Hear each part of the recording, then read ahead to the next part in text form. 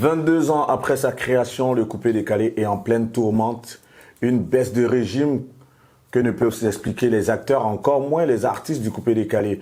Aujourd'hui, nous avons pour inviter Serge Beno qui, lui, déjà en 2018, s'adjugeait le prix du meilleur artiste coupé décalé au Primide. Et c'était en 2018. Un an après, malheureusement, celui qui était un peu comme la tête de proue de ce genre musical, DJ Arafat, décédait. Et on ne vendait pas cher la peau du coupé décalé à cette époque. La preuve, justement, en septembre 2019, nous avions reçu Serge Beno pour une interview exclusive pour le compte d'actupeople.net. Il se prononçait sur la disparition de celui qui était un peu comme, on va dire, son adversaire dans ce genre musical. On s'était dit, l'espoir était là parce qu'il était en plein boom. 4 ans après, quel est l'état des lieux? Le coupé décalé est en baisse de régime. Quelles sont les recettes pour remonter à la surface? Son actualité, pas mal de choses. Aujourd'hui, nous recevons pour inviter Serge Beno à Paris pour une interview exclusive. J'insiste sur l'exclusivité, d'autant plus que cela fait pas mal de mois, on va dire pratiquement des années. Aujourd'hui, c'est vrai, l'artiste est muet aussi en journaliste. Il accorde pas mal d'interviews, mais il en donne rarement. Mais il nous fait la sympathie aujourd'hui de nous recevoir. Je voudrais vraiment lui dire merci. Je te dis merci à plus d'un titre par rapport au respect que tu m'as toujours accordé. Et merci d'accepter de nous accorder cette interview. Tu es à Paris pour quelques semaines. Et lorsque tu es arrivé, tu nous as dit que tu étais là. Et là, on est venu vers toi. Tu es déjà sur Paris, pourquoi?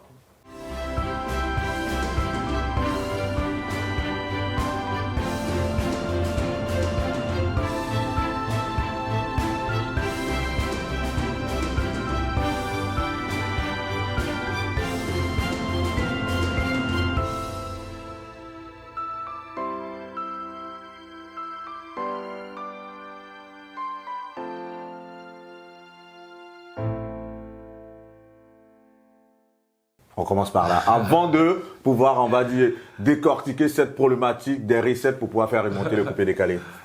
Bonjour, merci de me recevoir parce que tu as dit que c'est moi qui vous recevais, mais en vrai, c'est toi qui me reçois. Merci de me recevoir. Bon, je suis là pour les affaires personnelles. Le temps est donné parce que justement, on va en parler le cours de cette interview. Cette double casquette d'homme d'affaires, d'artiste coupé décalé, de producteur, de pas mal de choses. On sait que Serge Beno, il est dans plein de trucs, on va dire ça comme ça.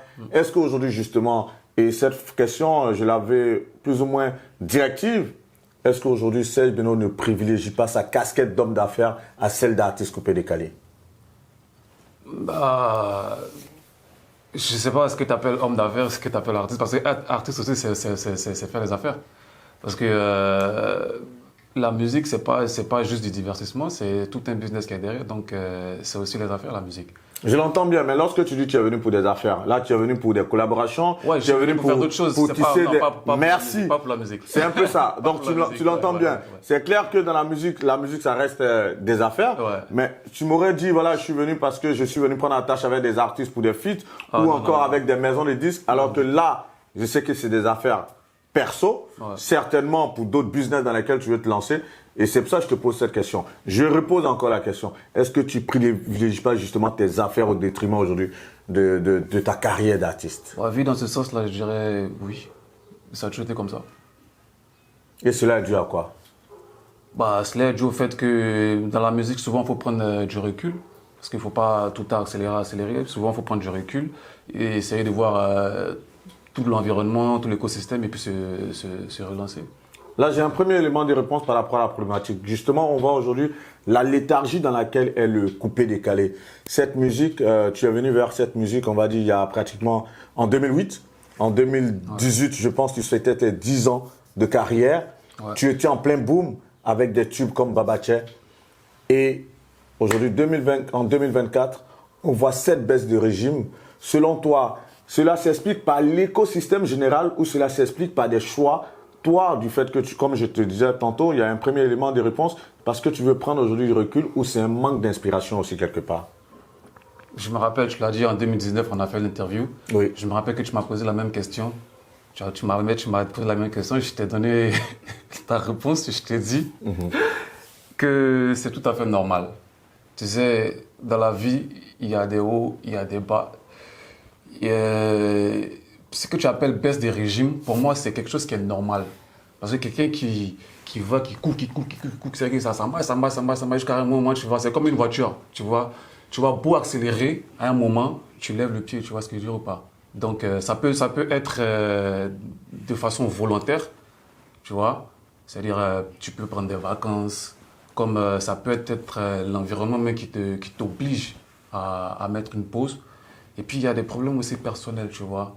Donc quand tu m'avais demandé ça, je t'ai dit que j'étais à un moment de ma vie où j'avais besoin de me retirer un peu, me concentrer sur d'autres choses et revenir, tu vois.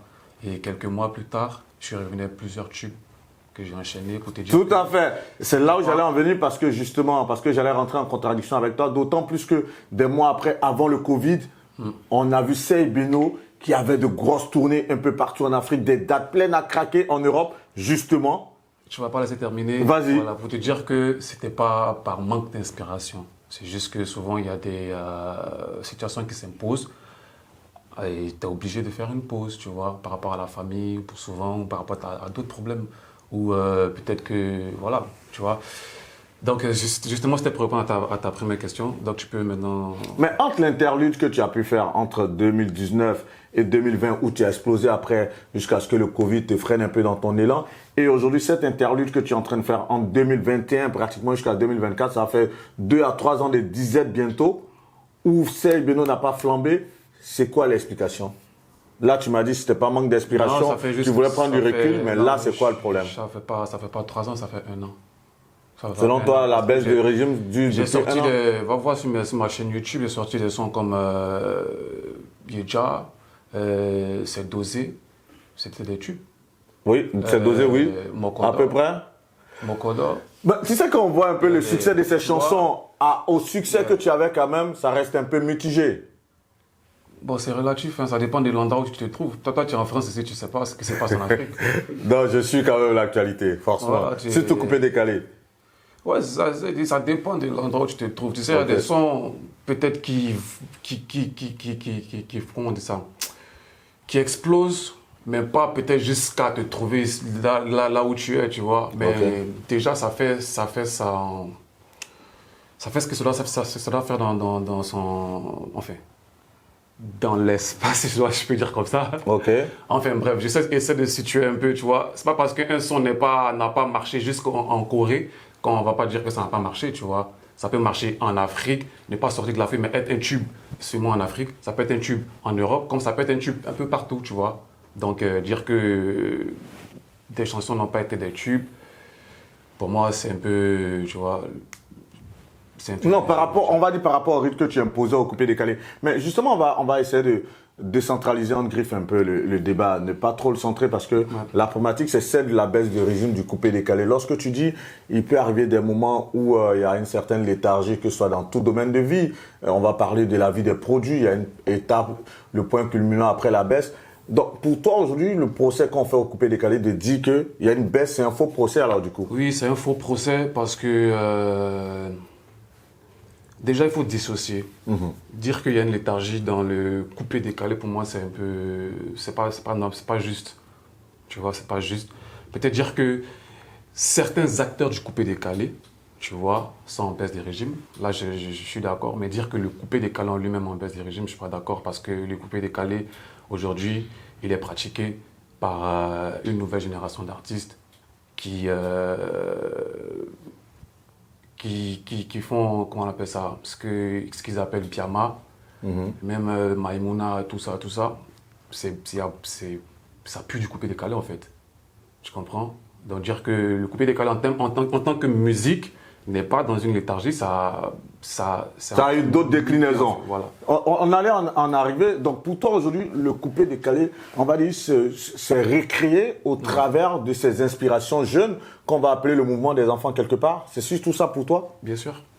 Mais pourquoi aujourd'hui, par exemple, quand tu vois que toi, en tant qu'acteur majeur du coupé décalé, lorsqu'on vous met en concurrence très souvent avec ceux qui sont faiseurs de ce genre, et que ce soit les différentes déclinaisons qu'on voit aujourd'hui, et forcément, lorsqu'on voit même le coupé décalé dans son évolution, il y a eu plusieurs mutations, ça s'est décliné à travers des danses, à travers certains genres, pas mal de choses. Aujourd'hui, quand on voit ça, toi, quelque part, en tant qu'acteur majeur, tu te dis pas quelque part que bon, pourquoi est-ce que vu qu'on vous met en concurrence, qu'est-ce que ça te fait, en gros? Bah, Je pense qu'il n'y a pas besoin de répondre à ça parce que c'est les médias qui le font. Tu sais, les médias vivent de ça. Ils vivent de ça, mais il n'y a pas de concurrence à faire en fait. C'est généralement quand un truc est normal pour les médias, c'est pas normal. Il faut créer des histoires, il faut les mettre les gens en concurrence pour qu'eux puissent vivre en fait, tu vois. Parce que les médias vivent de la polémique, mais pour moi, il n'y a pas de polémique à faire à ce niveau. Mais vu que là, le coupé décalé va dans un autre registre, on va dire le mouvement des enfants, le Biama et autres dont tu parles, est-ce que vous, en tant que dévancier, en tant qu'acteur de ce genre, est-ce que ça vous n'amènerait pas, on va dire, à décliner aussi votre musique dans ce genre de registre? Bah, chacun fait ce qu'il sent. Hein. Est-ce que toi, personnellement, est-ce que toi, ça t'interpelle de te dire, bon, il faut que je me réinvente, que je m'inscrive dans le registre, surtout que tu es arrangeur de musique, pourquoi ne pas récupérer quelques notes de ce qui se fait là, qui est un succès, et réadapter à ta façon? Est-ce que ça te parle pas? C'est ce que j'ai toujours fait. Dans quel sens? Bah, dans la création même de la musique. Dans la création de la musique, parce que tu l'as dit, je suis déjà de base, je suis arrangeur de son. Donc, je le fais, je collabore avec eux. Si tu vas sur ma chaîne YouTube, tu verras que j'ai collaboré. À chaque fois qu'il y a eu un courant musical, j'ai toujours collaboré avec les nouveaux, tu vois. Oui, moi je ne parle pas de ta collaboration avec les jeunes. Je parle de toi-même. Je t'explique. Voilà. Voilà. Donc le fait de collaborer avec eux, ça me permet de les comprendre, ça me permet d'échanger, tu vois, d'avoir un échange justement avec eux. Et puis d'essayer d'adapter ça à ma musique, tu vois. Je vais beau faire comme eux, c'est un peu trop dire, mais j'essaie de prendre ce que je peux et puis adapter à mon propre style. Parce que j'ai mon propre style, les gens ils m'aiment par rapport à ce que je suis, par rapport à ce que j'ai créé aussi, tu vois. Donc je reste fidèle à mon truc, tout en apportant quelques nouvelles sonorités, tu vois. Justement, c'est là où je voulais en venir. Vu que tu as ton registre à toi et que aujourd'hui, par exemple, le registre que c'est de promouvoir, on va dire, Tamsir et la Team PA et tous ceux aujourd'hui qui font feu de tout bois, est-ce que toi, ça t'amènerait pas justement à t'incruster dans ce registre quelque part? Est-ce que ça t'interpelle pas? Non, pas forcément.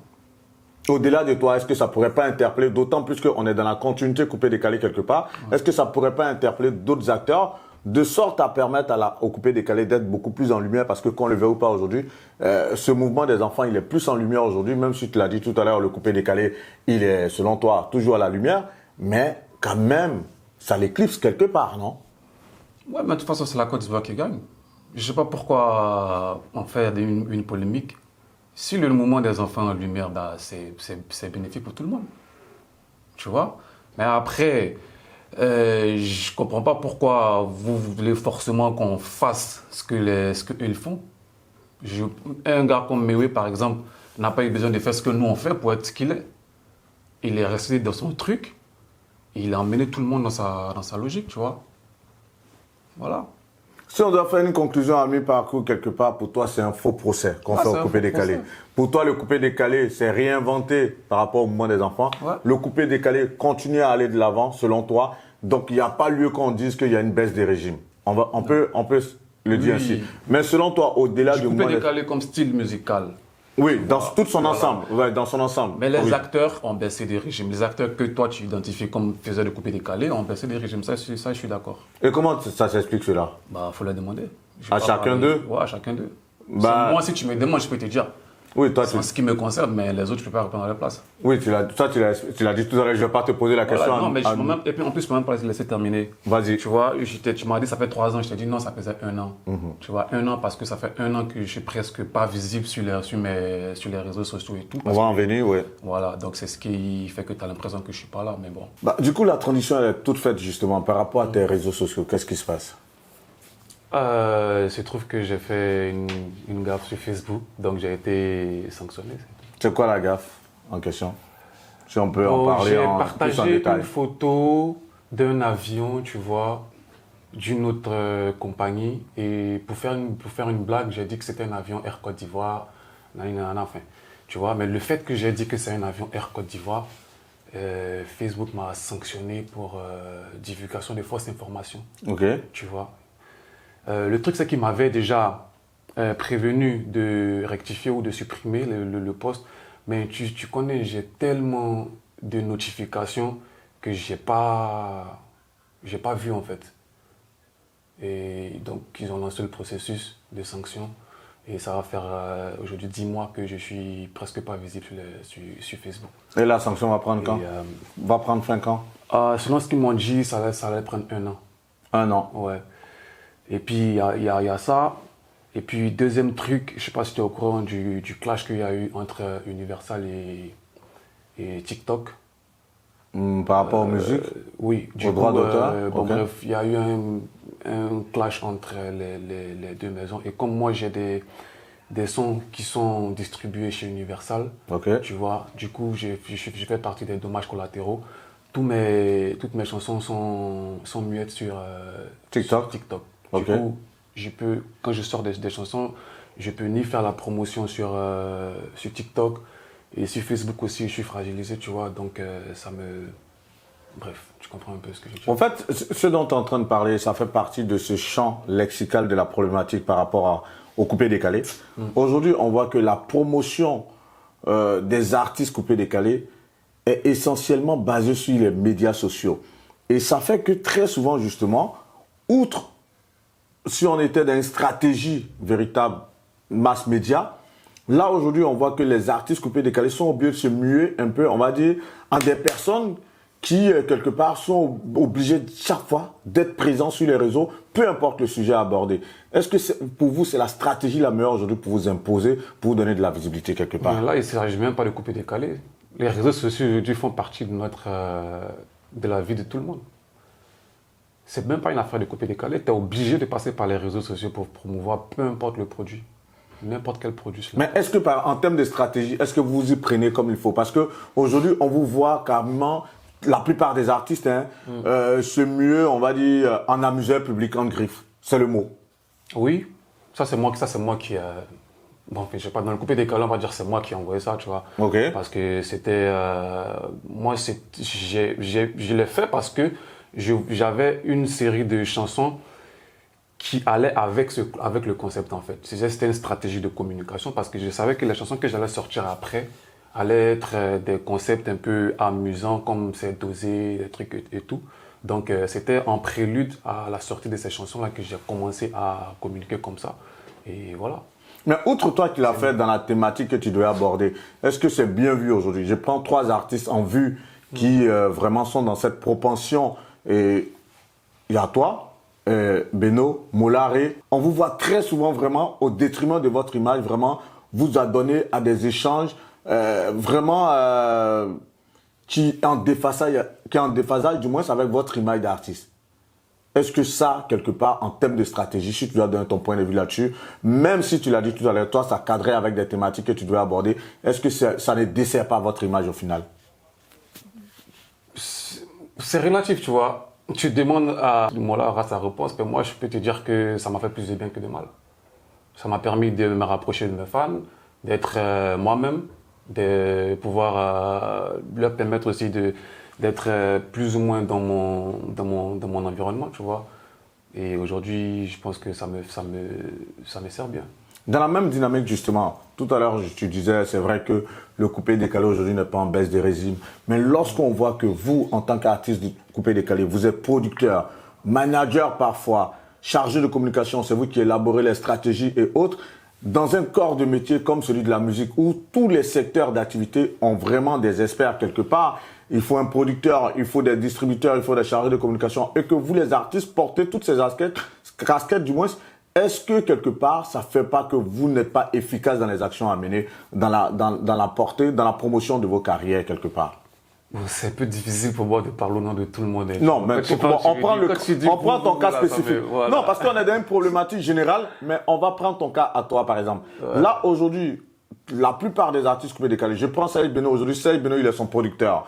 Et il donne un coup de main certainement à ses managers. En termes de stratégie, comme tout à l'heure tu l'as dit, vu que tu devais sortir des chansons vraiment qui allaient amuser, tu as commencé à t'amuser quelque part. Donc tu es en même temps partie prenante de ta stratégie et c'est toi qui gères la stratégie. Alors que le domaine musical... J'ai pas dit ça. Hein.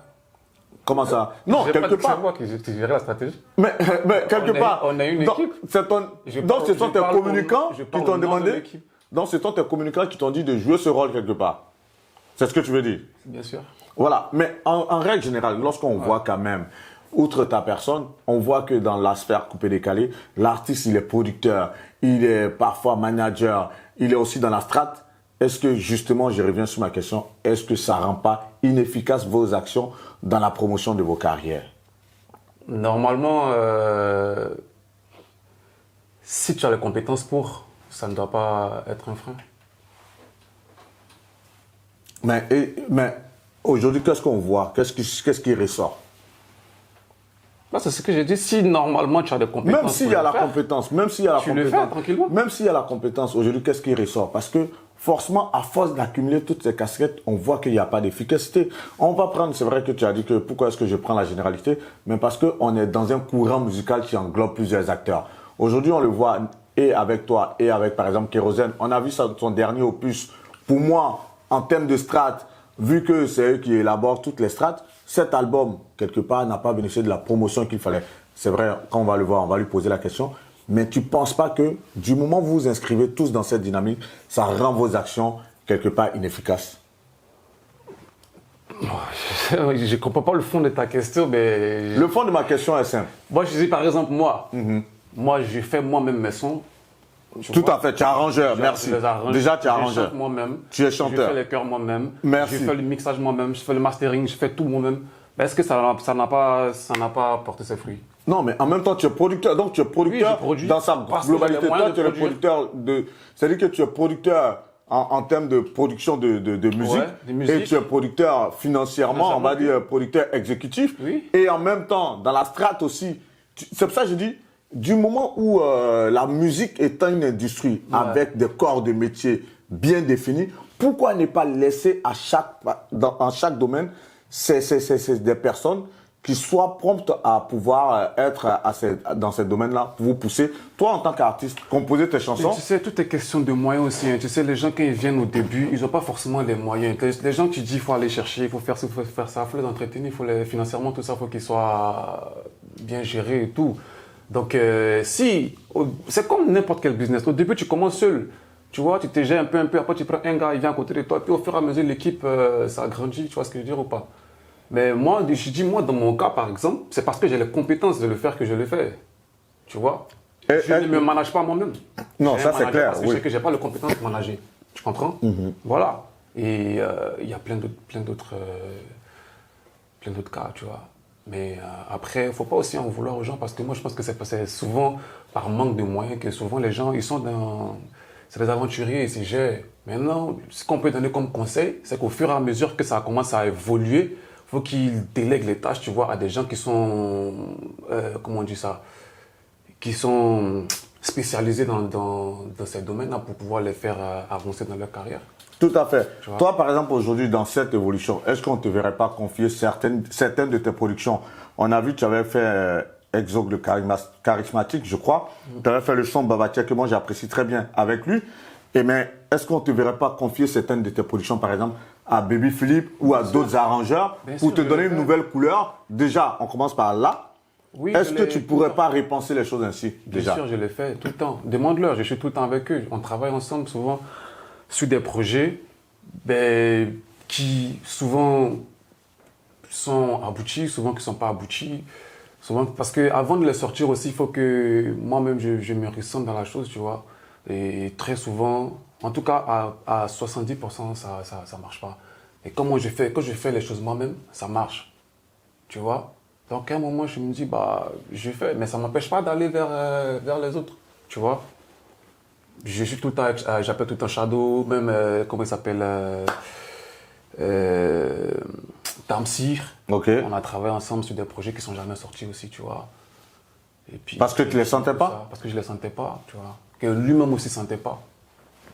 C'est-à-dire que quoi? C'est-à-dire que sur vos différentes productions, ou bien sur des productions d'artistes, vous ne vous investissez pas en termes de création, ou c'est quoi? Non. Ou bien c'est le tempo qui manque, ou c'est quoi? Non, la musique c'est le feeling, c'est l'inspiration, hein. C'est pas quelque chose qui est carré. Peut-être on peut tomber sur le mauvais jour. On peut tomber, tu vois, non. Souvent ça marche, souvent ça marche pas. Vous voyez seulement ce qui marche, ce qu'on sort, ce qu'on présente, mais derrière, tu ne sais pas combien de sons on a fait derrière. Tu comprends? C'est bon à le savoir. Par exemple, avant de sortir une chanson, il faut te dire que j'ai enregistré au moins peut-être 10 ou 12 comme ça derrière. Tu vois? Moi, la musique, c'est c'est mon métier, tu vois, comme tout le monde se lève le matin, il va au travail. Moi, chaque matin qu'il me lève, je vais au studio.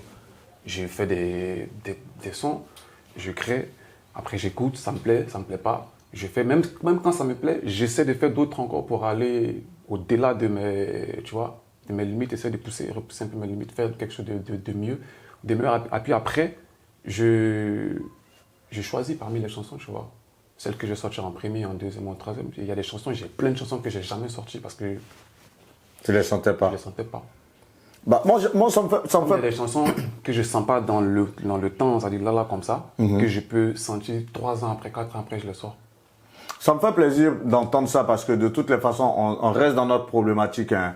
Et dans cette même veine, par exemple, là, c'est vrai que tu dis pour toi, c'est un moment de prendre du recul. Mais en termes de recettes pour faire rebondir, vous qui êtes les artistes, les têtes de proue de ce genre musical-là aujourd'hui, que ce soit Beno, Kérosène, Chidot Mix et autres, qu'est-ce qui vous empêchera aujourd'hui, par exemple, de faire des collaborations avec des artistes étrangers de premier rang? Qu'est-ce qui vous empêcherait? Est-ce que ce ne serait pas aussi une autre perspective à exploiter pour faire redécoller quelque part et emmener le coupé-décalé dans une autre dimension? Ouais, ça c'est des choses qui sont toujours dans les perspectives, tu vois. En tant qu'artiste, c'est toujours un rêve de pouvoir collaborer avec d'autres artistes de différents horizons. Chacun essaie avec les moyens qu'il a, tu vois. Et tu ne vas pas en vouloir à quelqu'un s'il n'a pas les moyens ou les compétences de pouvoir travailler avec un autre artiste. Tu vois, parce que tu sais, les collaborations, il y a ce que les gens ne vous disent pas. Souvent, les artistes, ils demandent à ce qu'on les paye, tu vois. Ils demandent à ce qu'on les paye, mais si tu n'as pas les moyens. Quels sont les artistes que toi, Serge Beno, a approché à l'international pour faire une collaboration et qui t'a dit, bon, paye-moi ceci, paye-moi cela? Quels sont les artistes que toi, tu as approchés dans ce sens? Non, moi personnellement, non, il n'y a pas eu ça. Mais je me rappelle que Flavor, par exemple, m'a fait payer le billet de Mastercraft du Nigeria aux États-Unis parce qu'il a dit que c'est forcément lui qui fasse le son. Tu vois, on était aux États-Unis, il m'a fait payer son billet, son hôtel, tout et tout. Le gars, il est venu. En fait, c'est tout ce que j'ai eu comme charge. Quand tu devais faire le son avec Flavor? Je devais faire le son avec Flavor. Ok. Ben, je te dis que c'est courant, en fait, que les artistes demandent de l'argent pour faire des feats. Et c'est ça qui t'a freiné dans ton élan aujourd'hui d'aller vers des personnes? Je ne parle pas de moi personnellement, j'ai dit en général. Oui, en règle générale. Ça peut être ça aussi, tu vois. C'est ça. Non. Mais là maintenant, vu qu'on parle de toi, on va pas aller dans la généralité. Ouais. Du moment où toi tu as eu le cas avec Flavor, tu t'es dit, bah, si avec Flavor déjà j'ai payé un billet en business class qui a dû me coûter 6 000 €, facilement 4 millions de francs CFA, c'est tout comme peut-être un truc de ce genre. Tu t'es dit, mais attends, si un son que j'aurais pu faire dans mon studio, bien le mixer, là je me retrouve à mettre de l'argent, alors qu'en termes de vente, en termes de stream, je ne vais pas rattraper l'argent. Ça t'a pas freiné quelque part dans ton ardeur, toi? Non, c'est normal. C'est normal. On a travaillé et lui, il a proposé quelque chose, tu vois. Et si j'ai les moyens de le faire, je le fais, tranquillement. Et là, aujourd'hui, tu n'as plus en perspective de pouvoir collaborer avec un artiste à l'international? Bien sûr. Comme tu... Bien sûr, mais je dis, actuellement, c'est pas dans mes projets, comment on dit ça? Immédiat, tu vois. Pour l'instant, je suis en train de travailler pour, tu vois, me repositionner. Tu comprends? Me repositionner. Et puis après, continuer dans ma vision. Vous parlez de repositionnement, tu as sorti un dernier single récemment, Créateur. Est-ce que ça répond à tes attentes pour te dire que tu es dans une bonne lancée? Non, je ne l'ai pas sorti. J'attendais pas plus que ça, franchement. Parce que, comme je t'ai dit, je suis un peu fermé de partout par rapport à mes réseaux et tout. Donc moi, c'est une façon... Je sors des sons juste pour dire que je suis toujours là. Sinon, j'attends pas que ça fasse boum parce que je sais que j'ai pas les moyens de pouvoir faire là comme il se doit. Mais toi, donc selon toi, ce sont tes réseaux, tu dois promouvoir tes... Et alors que tu as une grosse diffusion sur des chaînes de télévision comme Trace, tu as aussi ta chaîne YouTube qui est suivie par des millions de personnes. Donc tu penses que c'est TikTok et Facebook qui doivent promouvoir tes œuvres selon toi? Trace, c'est Facebook qui vient faire promotion de leur émission. Oui, mais non, mais je veux dire quand on a une grosse diffusion. Je t'explique le process, tu vois. Ok, vas-y. Quand je veux sortir une chanson, je l'annonce sur TikTok, tu vois, avec un petit bout. Ok, dire, un teaser, voilà ce qui va arriver. Les gens commencent à se mettre dans l'ambiance, tu vois. Après, ça sort sur YouTube. Et quand ça sort sur YouTube, Tu prends le lien YouTube là pour aller partager sur Facebook. Et les gens vont maintenant sur YouTube pour aller regarder. Tu vois? Donc quand ça commence sur TikTok, après ça sort sur YouTube, Facebook, il doit envoyer le lien pour dire, bon, allez-y, regardez. On ne me voit pas. Tu vois, non? Donc, c'est ça qui me bloque un peu. Mais je veux dire, aujourd'hui, là, que tu le veuilles ou pas, vieux, les réseaux sociaux, tu es obligé de passer par là pour te faire voir. Tu vois, parce que même ce que tu appelles média, moi, je n'ai pas. Aujourd'hui, chacun a son propre média de base, tu vois. Tu imagines, toi, je t'appelle chaque matin, peut-être, faut publier mon son, là, faut publier mon son. Est-ce que tu vas faire ça tout le temps, tu vois? Je ne veux pas trop gêner les gens. Je continue de faire mon truc tranquillement, tu vois. Même si je sais que ça ne va pas faire un boom de ouf. Mais au moins, si ça peut entretenir les quelques personnes qui me suivent, qui me voient actuellement, je fais tranquillement. Parce que je sais, c'est ma passion aussi, la musique. Je ne peux pas rester là comme ça sans faire de musique. Donc, je fais. Après, on regarde. Parfait. Bah, je l'entends bien. On a essayé de voir un peu quelques angles par rapport à cette problématique de départ. Aujourd'hui, quand on voit le speech de Beno, chacun doit se tirer, chacun va en tirer les leçons. Mais s'il y a une règle générale, on te soustrait parce que là, toi, tu es un peu bloqué de partout par rapport à tes réseaux. Les autres, qu'on ne voit pas vraiment sur la scène, parce que aujourd'hui, quelque part, et ça, c'est une question qui brûle sur toutes les langues. Aujourd'hui, quelque part, depuis le décès d'Arafat, donc on s'est dit, vous tous qui êtes là, personne n'a pu tenir le flambeau. Est-ce qu'on pourrait dire ça comme ça? Non, ça encore, je pense que c'est un mauvais procès parce que même du vivant d'Arafat, le coupé décalé déjà allait mal. Hein. Tu vois? Moi, je suis témoin de ça parce que je suis un acteur de la chose, tu vois. Vers les années 2018-2019, ça commençait déjà à partir en cacahuète, tu vois. Parce que les Nigérians avaient déjà commencé à prendre le marché. Donc le coupé décalé même avait déjà commencé sur le plan international à baisser.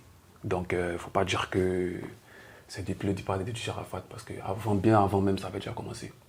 Tu vois, peut-être ça s'est fait ressentir au niveau de la Côte d'Ivoire après le départ d'Arafat, mais c'était déjà... Il partait déjà comme ça, en fait. Mais ça, c'est vrai, mais en même temps, lui, aujourd'hui, c'est clair que tu as dit le coupé décalé dans d'autres déclinaisons, Biama, le mouvement des enfants et autres. Mais l'avantage qu'Arafat avait, que beaucoup de personnes lui connaissaient, c'est qu'il s'est réinventé. Pourquoi est-ce que vous n'arrivez pas à voir aussi cette recette pour vous réinventer individuellement? Se réinventer comment? Il se réinventait parce qu'on a vu qu'il il a eu ces moments de baisse des régimes. Hein. Moi, je me rappelle, je sais que quand il a sorti son premier single déjà, c'était en 2003. Ensuite, il y a eu 2005. Mais ensuite, il est resté 2 ans en France. En 2005, quand il est revenu. Après, il a pu rebondir, je crois, à partir de 2008-2007 avec Mangbo.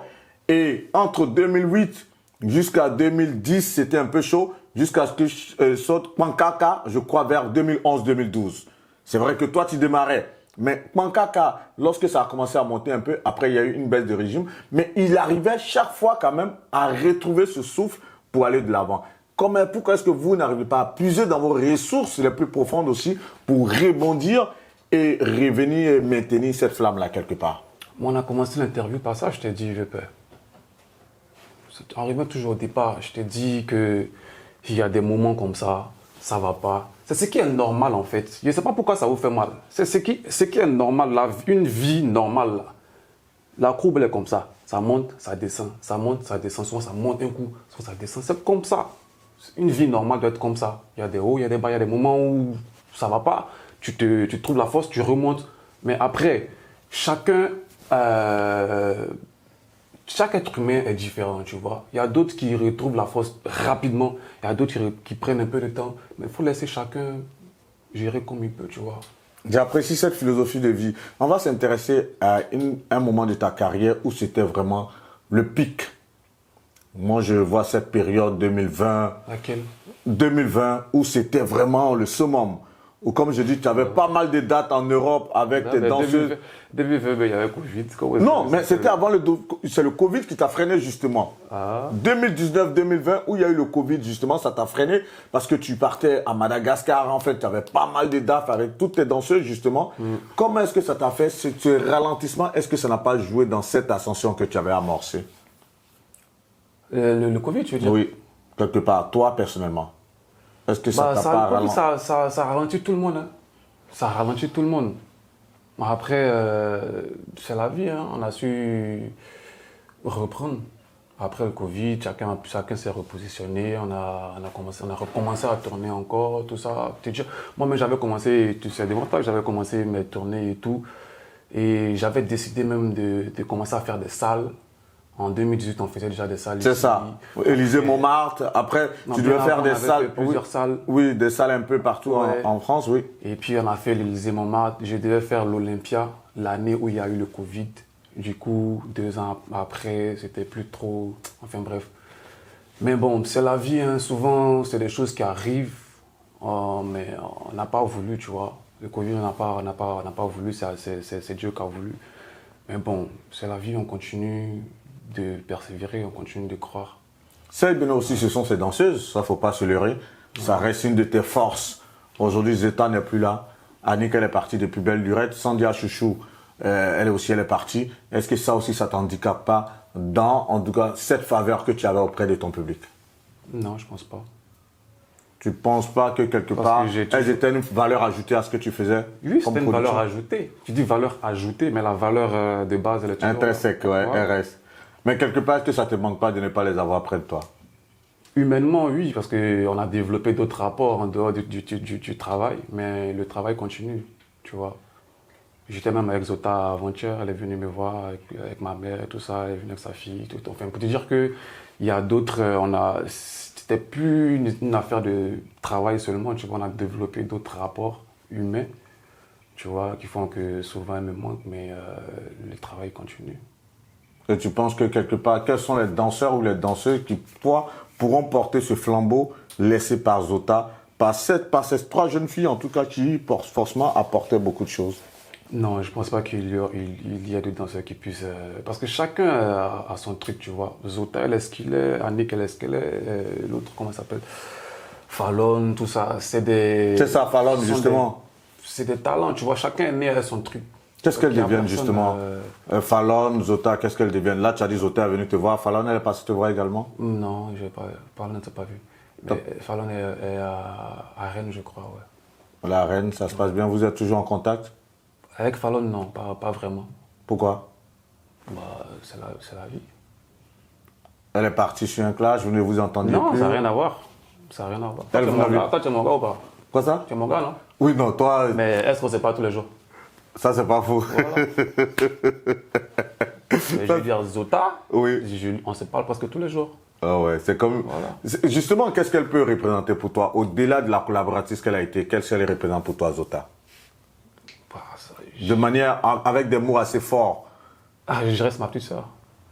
Quand tu dis ta petite soeur, à quelle dimension? Par rapport à ce que... Non, je t'explique parce que moi je veux vraiment un petit message assez fort par rapport à elle parce que comme tu l'as dit... Un message fort là, c'est pas si elle dit ça. Elle sait ce qu'elle lui dit tous les jours. Tu lui dis quoi? Il n'y a pas besoin de lui dire ça à la caméra. Non mais ses fans souhaiteraient parce que qu'on le veut ou pas. Moi je me rappelle, elle nous avait accordé une interview où elle disait lors de l'une de vos tournées, en lui, elle signait beaucoup plus d'autographes que toi qui étais la célébrité quelque part. Donc c'est dire que cette petite-là qui a partagé ta vie, elle avait pas mal de fans. Et je pense que ça ferait plaisir à ses fans de savoir que celui qui a été le patron de leur artiste a des mots assez éloquents à son égard. C'est ce que nous, on veut avoir aussi. Non. Non, je peux pas. C'est quoi? Si c'est un bon père de famille, je peux pas faire... je peux pas. Parce qu'il n'y a pas que Zota, tu vois. Si je commence à faire des éloges à Zota, il faut que je fasse aussi à Sandia, à Fanny, car on ne va pas finir, tu vois.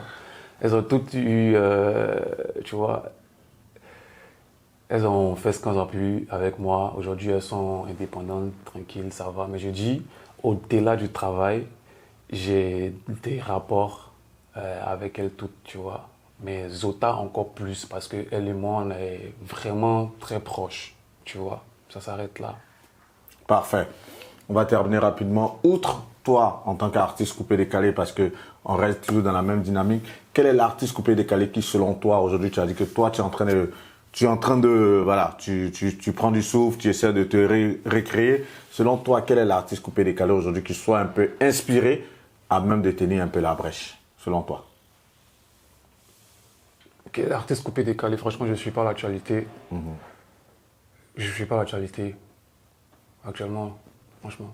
Non, c'est pas pour. Mais oui, au-delà de suivre l'actualité, quand on voit les valeurs qui sont en présence, quand on voit Ariel Chené, quand on voit Kérosène, quand on voit Mix, quand on voit Que Guevara, selon toi, qui de ceux-là soit assez inspiré aujourd'hui pour tenir la brèche le temps où toi, tu es en train de reprendre du souffle quelque part, selon toi? Ah oui, je sais. Hey, non, je pense que chacun a son truc, hein, tu vois, non. Chacun a son truc. Je pense qu'aujourd'hui, si tu cites leur nom, c'est parce qu'ils ont su rentrer dans le cœur des gens, tu vois. Et à partir du moment où ils ont déjà eu la force de rentrer dans le marché, je pense qu'ils ont les compétences pour pouvoir égayer leur public. Mais justement, le public coupé décalé. Mais justement, je pose cette question à dessein d'autant plus que quoi. Aujourd'hui, quand on voit dans le coupé décalé, véritablement, il n'y a pas de relève. Vrai ou faux? Ça dépend de ce que tu appelles coupé décalé. Ok, parfait. Parce que lorsqu'on voit au Primude 2023 et que la relève coupé décalé, c'est manager confirmé, selon toi, et surtout quand on voit les nominés qui étaient Bébé Sans Os, Demain, manager confirmé, toi, tu penses que ça, c'est une relève qui peut permettre au coupé décalé de continuer à faire plaisir encore à ses fans pendant de nombreuses années, selon toi? Il faut croire en tout le monde. Non. Que tout le monde a la chance. Non. Ça, lorsque, par exemple, j'ai aimé la réponse d'un garçon qu'on a eu, DJ 15 étoiles, quand il disait que lorsqu'on voyait un gars comme, je crois les petits que tu as dû produire là. Ramsès. Voilà, les Ramsès qui étaient des espoirs de couper décalé, la relève. On voyait un véritable talent. Aujourd'hui, tu ne penses pas que, excuse-moi du terme, ces prix donnés au Primude avec des relèves comme ça ne tourne pas à la dérision quelque part? Non. C'est ce que j'ai dit, tout être humain a droit à sa chance. Faut pas les minimiser, parce que tu ne sais jamais ce qu'ils vont déminer demain. Je ne veux pas minimiser, mais le problème c'est que toi, c'est vrai que là, tu ne veux pas vraiment, on va dire, rentrer dans des propos pour ne pas choquer les sensibilités des uns et des autres. Mais lorsqu'on voit que vous-même, qui êtes les têtes de pro du coupé décalé, vous ne prenez plus part à votre événement phare, qui est le Primude d'or, est-ce que ça ne sonne pas le glas de ce genre de musical-là aujourd'hui qui promeut autre chose que le coupé décalé quelque part? Non, chacun a ses raisons. Chacun a ses raisons. Moi, je suis sorti du Primude à cause d'un problème que j'ai eu avec Mola. Et, enfin, pas avec Mola, mais par rapport à... Enfin, j'ai pas envie de rentrer dans ces détails-là. Mais je crois que le coupé décalé continue. Tu vois, c'est eux qui décident de qui ils veulent nominer au Primude. Tu vois. Et moi, je suis pas contre le fait que les managers confirmés, Bébé Sans Os, tout ça soit nominé. Parce que tout le monde a le droit à... Tu vois. Mais cela, il peut représenter quelle relève réelle? Toi, tu es musicien, qui est arrangeur, qui est producteur de musique, tu penses que ça, c'est... On me disait ça au début, quand j'ai dit que j'allais chanter. Tout le monde me disait, toi, tu veux faire quoi dans le coupé décalé? La première personne qui m'a dit ça, c'est Debordo. Chez Joss, mais Joss à l'époque. Tu vois? Donc, faut pas sous-estimer les gens. Alors que tu avais sorti un premier hit, titre qui était assez puissant tout de même. Ouais. Et lui, il te disait ça par rapport à quoi? Ah oui, il me disait que j'avais pas le talent, que je pouvais rien créer en fait après Koumou Lébé, tu vois. Ok. Des années après, tu lui as rappelé de savoir qu'il t'avait sous-estimé au départ et qu'aujourd'hui, tu lui as rappelé ça et il t'a dit quoi? On a rigolé, c'est tout. Mais justement, lui, quand tu vois comment lui aussi gère aujourd'hui sa carrière, qu'est-ce que tu as envie de lui dire? Surtout que lui, au départ, il t'a dit que tu ne pouvais pas arriver quelque part et que lui, aujourd'hui, on voit qu'il s'enlise dans des clashs vraiment qui n'ont pas lieu d'être. Qu'est-ce que tu as envie de lui dire? Bah, qu'il chante, qu'il se mette au travail, qu'il chante, c'est tout. Parce que c'est ce que les gens ont envie de voir. Debordo, c'est le seul artiste. Quand tu t'as sur sa page, il y a un commentaire là, oh, tu sens le nouveau son camp. Tu as pas chanté, maintenant il y a quoi, tu vois. Pour dire que les gens, ils aiment beaucoup. Tu sais, les Ivoiriens, ils attendent que. Mais il répond souvent qu'il sort des titres, mais sauf que ça ne marche pas aussi. Peut-être que lui aussi, il est en perte de vitesse ou bien il n'est pas inspiré. Il n'a qu'à chanter seulement.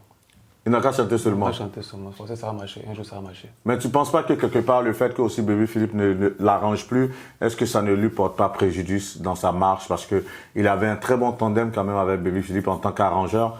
Malheureusement, depuis aussi la séparation, il est un peu en perte de vitesse par rapport aux autres arrangeurs qu'il a pu avoir quelque part. Bah, c'est possible, mais je pense que ça a débordé qu'il faut poser la question parce que lui seul sait si ça a un impact positif ou négatif sur lui. Après, s'il pense, Après, si lui-même pense qu'il faut aller vers Bébé Philippe, je pense qu'il le fera. En tant qu'homme d'affaires, aujourd'hui, comment vont tes affaires? Léger, on se gère.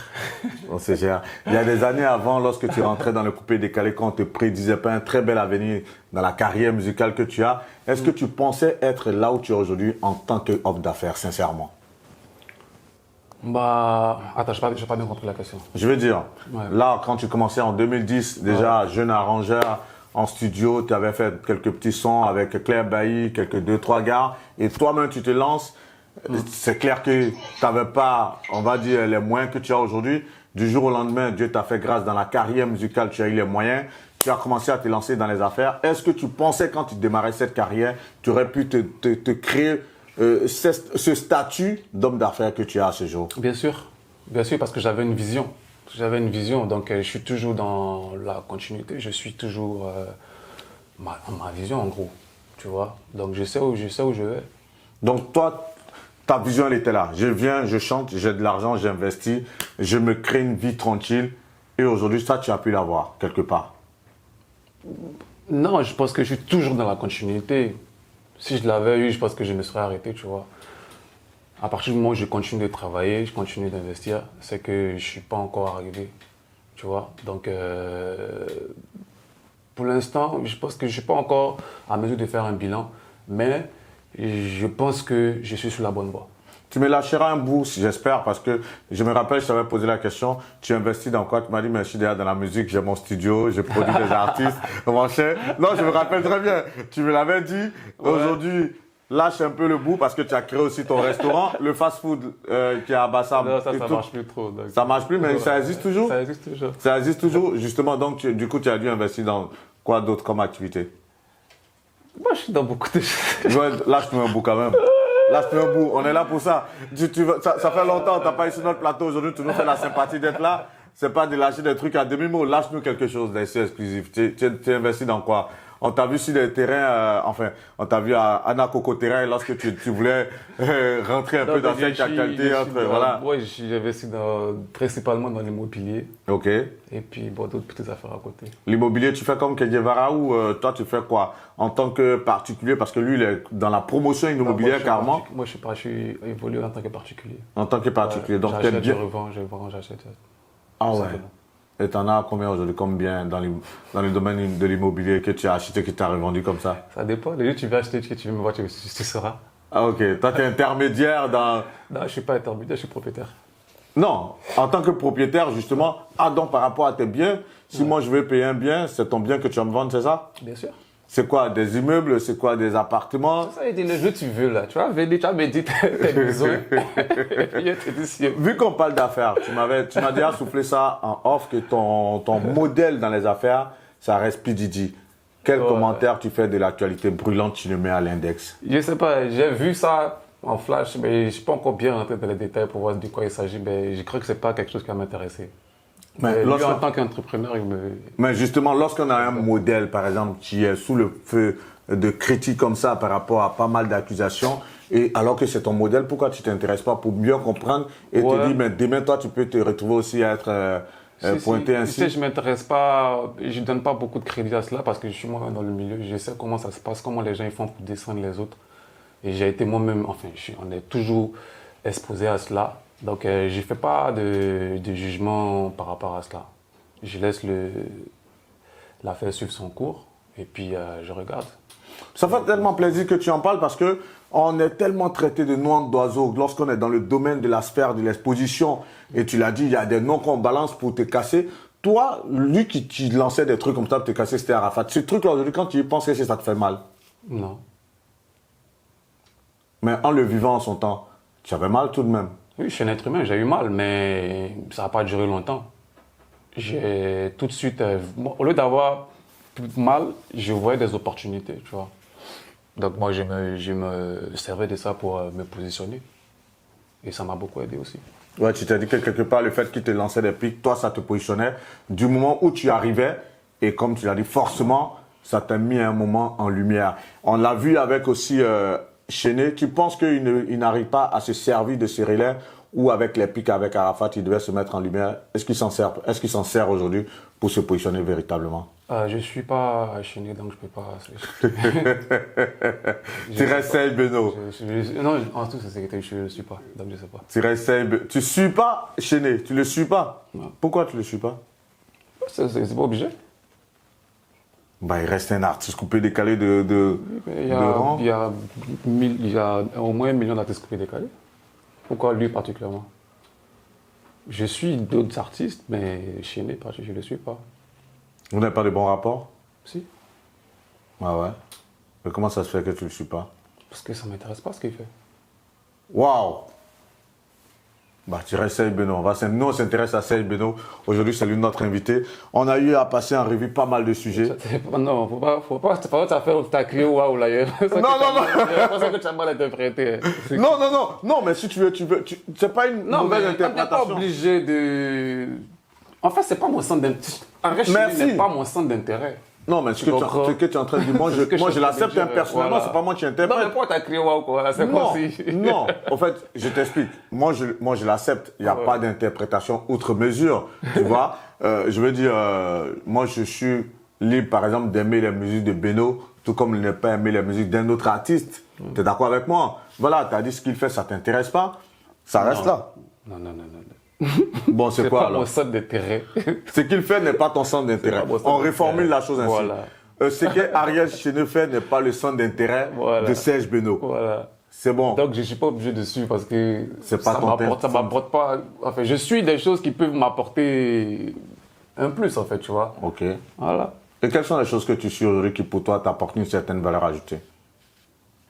Sur les réseaux? Oui. Moi, je suis beaucoup d'artistes comédiens. Beaucoup d'hommes d'affaires, beaucoup de...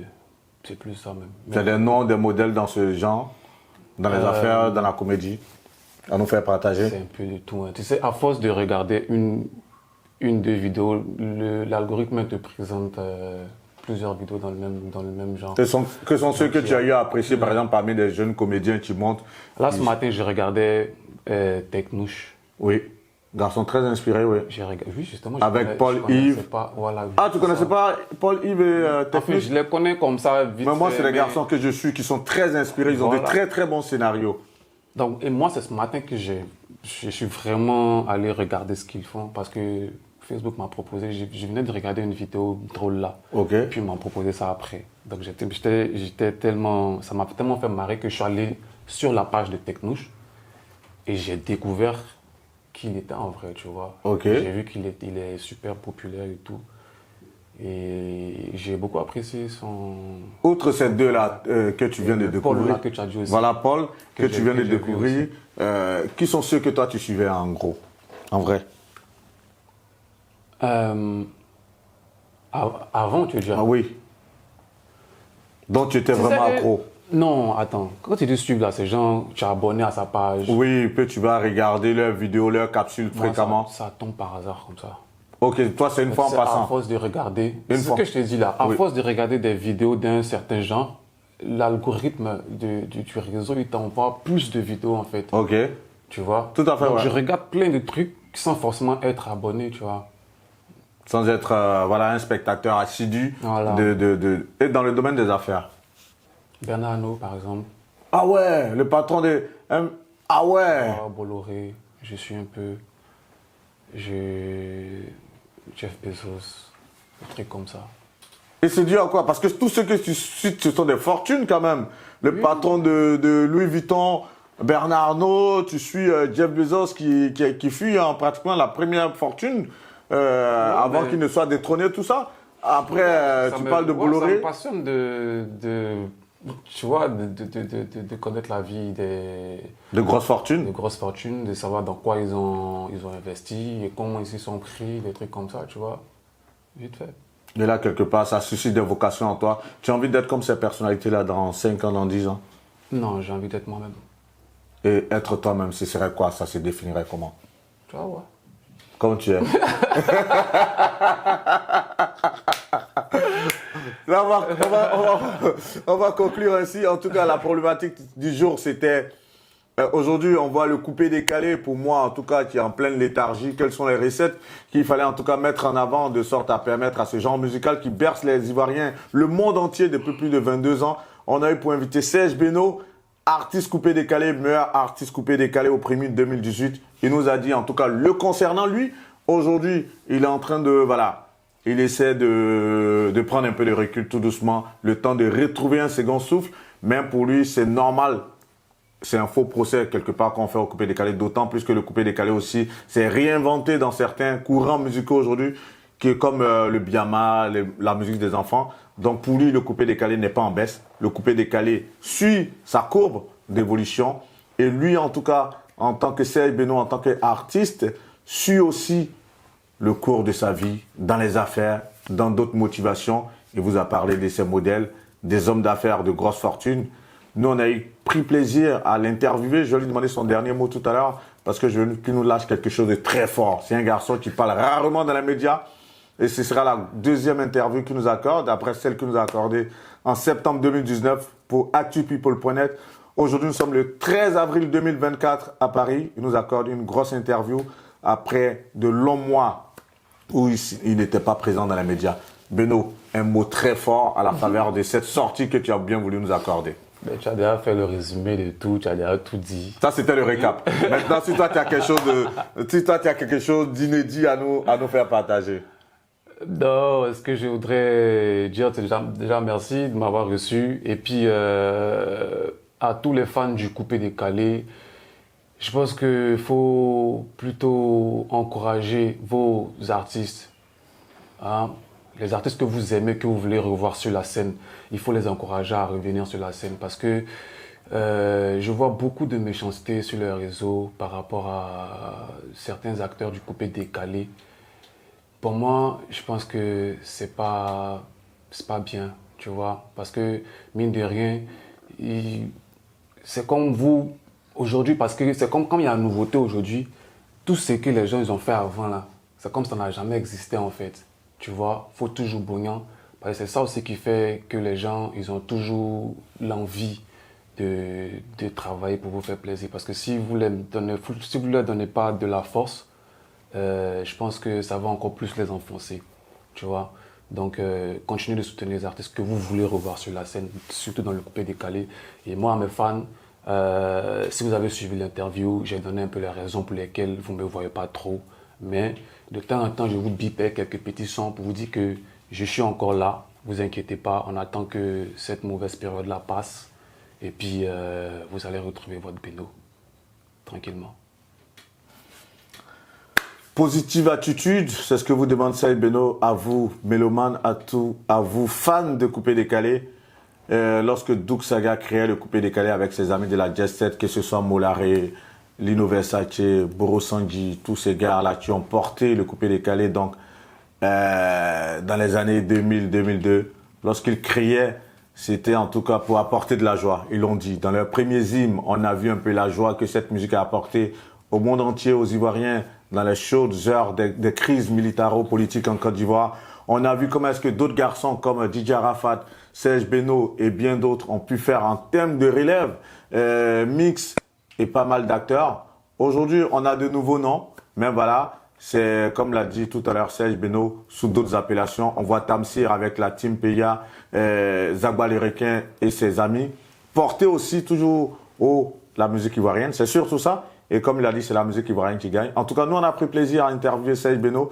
Merci à toi d'être venu à nous. Au plaisir. Merci beaucoup, merci. Merci pour la sympathie, merci pour le respect. Ça, c'est très important. J'oublierai jamais. Et je veux te dire merci pour ça. C'est quand je venais pour cette interview, j'ai une image qui m'est revenue en tête lorsqu'on s'est vu en 2017. Je crois que ça devait être en 2016 ou 2017. 2016, à Nantes. Tu étais venu en spectacle à la boîte de nuit au Bilboquet. Je ne peux jamais oublier. J'étais encore étudiant à l'Université de Bordeaux. Et ça, je voulais te dire merci. Parce que c'était dans un moment, dans ce genre de moment, lorsque tu as une force, quelqu'un te donne de la force. Moi, j'oublie pas. Et ça, je voulais te le dire aujourd'hui devant cette caméra. Ça a été un grand coup de... Merci. Ça, je te dis merci, sincèrement. Alors, ça va vite, merci pour tout, Serge Beno. Merci. Merci à vous, abonnés d'actupeople.net, sur la chaîne YouTube actupeople.net ou encore la page Facebook. Merci de toujours nous suivre. C'était avec nous donc à la réalisation la team de Chic Image avec Diddy Stone. Vous le voyez avec ses capsules sur ActuPeople. Là en ce moment il est en pleine activation là. Vous voyez l'aventure des gagnants. Suivez, relayez, abonnez-vous. On est plus de 100 000 personnes sur la chaîne YouTube. Donnez-nous encore de la force, que Dieu nous garde et qu'il vous garde, qu'il vous apporte sa grâce et sa faveur. C'était Guillaume Vergès pour ActuPeople. Merci beaucoup. À très bientôt pour un autre numéro.